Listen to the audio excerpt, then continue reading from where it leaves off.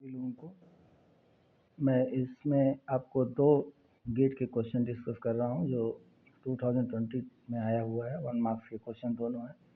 एक जो पहला क्वेश्चन है वो आपका आया है ग्रुप थ्योरी और लैग्रेंज थ्योरम और सब ग्रुप को मिला जुला के जो कॉन्सेप्ट है उस पर आया हुआ है। इसमें दिया गया है कि एक ग्रुप है जिसके अंदर 35 एलिमेंट है और आपको लार्जेस्ट सब ग्रुप की साइज बतानी है, लार्जेस्ट पॉसिबल साइज ऑफ ए सब ग्रुप। तो लैग्रेंज थ्योरम ये कहता है कि ऑर्डर ऑफ सब ग्रुप जो होता है वो डिवीजर होता है ऑर्डर ऑफ ग्रुप का। Order of group is divided by order of सब ग्रुप, तो आपको एक इंटीजर मिलेगा, यानी कि ऑर्डर ऑफ सब group is divisor of order of group. लेकिन इसमें जो कॉन्सेप्ट आपको ध्यान देना है, क्योंकि वो कहा ऐसे सब ग्रुप को बताइए जो जी के अदर देन हो, मतलब खुद ग्रुप को छोड़कर, क्योंकि सब ग्रुप मतलब सबसेट जैसा ही कॉन्सेप्ट है। एवरी सब group will be every group will be सब ग्रुप ऑफ इटसेल्फ। लेकिन वो जो जितने भी सब ग्रुप बनते हैं उसमें 2 तरह के सब ग्रुप बनते हैं। एक तो आपका बनता है प्रॉपर सब ग्रुप जिसको हम लोग नॉन ट्राइवियल सब ग्रुप बोलते हैं, और एक इम्प्रॉपर सब ग्रुप बनता है जिसको ट्राइवियल सब ग्रुप बोलते हैं। तो इम्प्रॉपर और ट्राइवियल सब ग्रुप जो होता है केवल 2 ही होता है, एक तो जी इटसेल्फ होता है और एक ई होता है, मतलब जिसमें सिर्फ आइडेंटिटी एलिमेंट होता है केवल। तो इस तरह के प्रॉपर इम्प्रॉपर सब ग्रुप को छोड़कर आपको देखना है।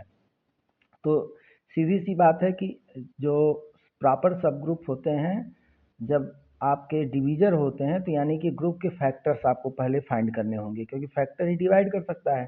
तो 35 के फैक्टर कौन कौन होंगे? 1, 5, 7, 35। इसमें से 1 जो हो गया इम्प्रॉपर वाला हो गया, 35 भी इम्प्रॉपर हो गया, तो बचा केवल 5, 7। 5, 7 में कौन हाईएस्ट है या लार्जेस्ट है? 7।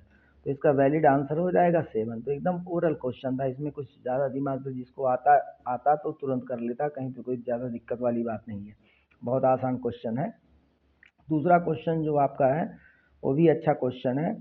वो आपका दिया गया है एक रिलेशन कैपिटल आर है और वो सारे बाइनरी रिलेशन को कंटेन करता है और किस सेट पे? 1, 2, 3 पे। अब क्या करता है, पूछा जाता है कि अगर कोई रिलेशन कैपिटल आर में से रैंडमली पिक किया जाता है तो क्या प्रोबेबिलिटी होगी कि वो रिफ्लेक्सिव रिलेशन होगा।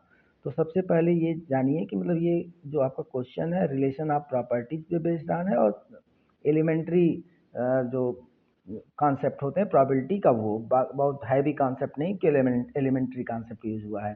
क्योंकि किसी भी चीज़ की प्रोबेबिलिटी अगर आप निकालते हैं तो क्या फार्मूला, बेसिक फार्मूला, फेवर में कितने आउटकम है, यानी कि favourable outcome upon total outcome. लेकिन सबसे ज़्यादा इंपॉर्टेंट है कि आपको पता होना चाहिए कि कितने रिलेशन बनेंगे, मतलब टोटल आउटकम कुल कितने होंगे और कितने फेवरेबल आउटकम होंगे।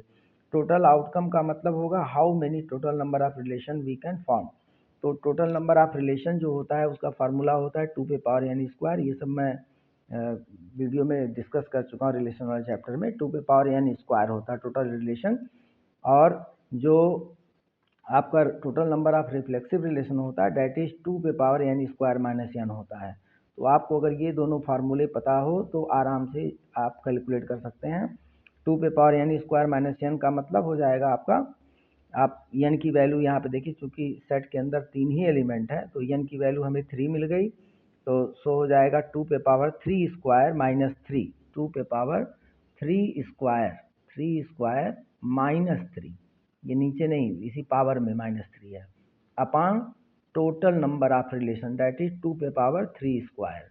तो अगर आप इसको सॉल्व करेंगे तो ये 3 स्क्वायर मतलब 9, 9 में से 3 गया 6, ऊपर न्यूमरेटर में 2 पे पावर 6 आ जाएगा और डिनोमिनेटर में इसका वैल्यू 9 होगा, 2 पे पावर 9 आ जाएगा।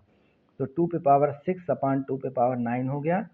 2 पे पावर 6 यानी कि 1 अपॉन 2 पे पावर 3 बचेगा, 1 अपॉन 2 पे पावर 3 बचेगा, और 1 अपॉन 2 पे पावर 3 का मतलब 1 अपॉन 8 हुआ। और चूंकि आंसर आपको स्पेशल अंदाज में लिखना है कि round off to 3 decimal places, मतलब वो आपको कीबोर्ड से उसको टाइप करना रहेगा। तो आपको जब तक आप 0.125 आंसर नहीं लिखेंगे तब तक आपको मार्क्स नहीं मिलेगा। आई होप कि आप लोगों को समझ में आया होगा।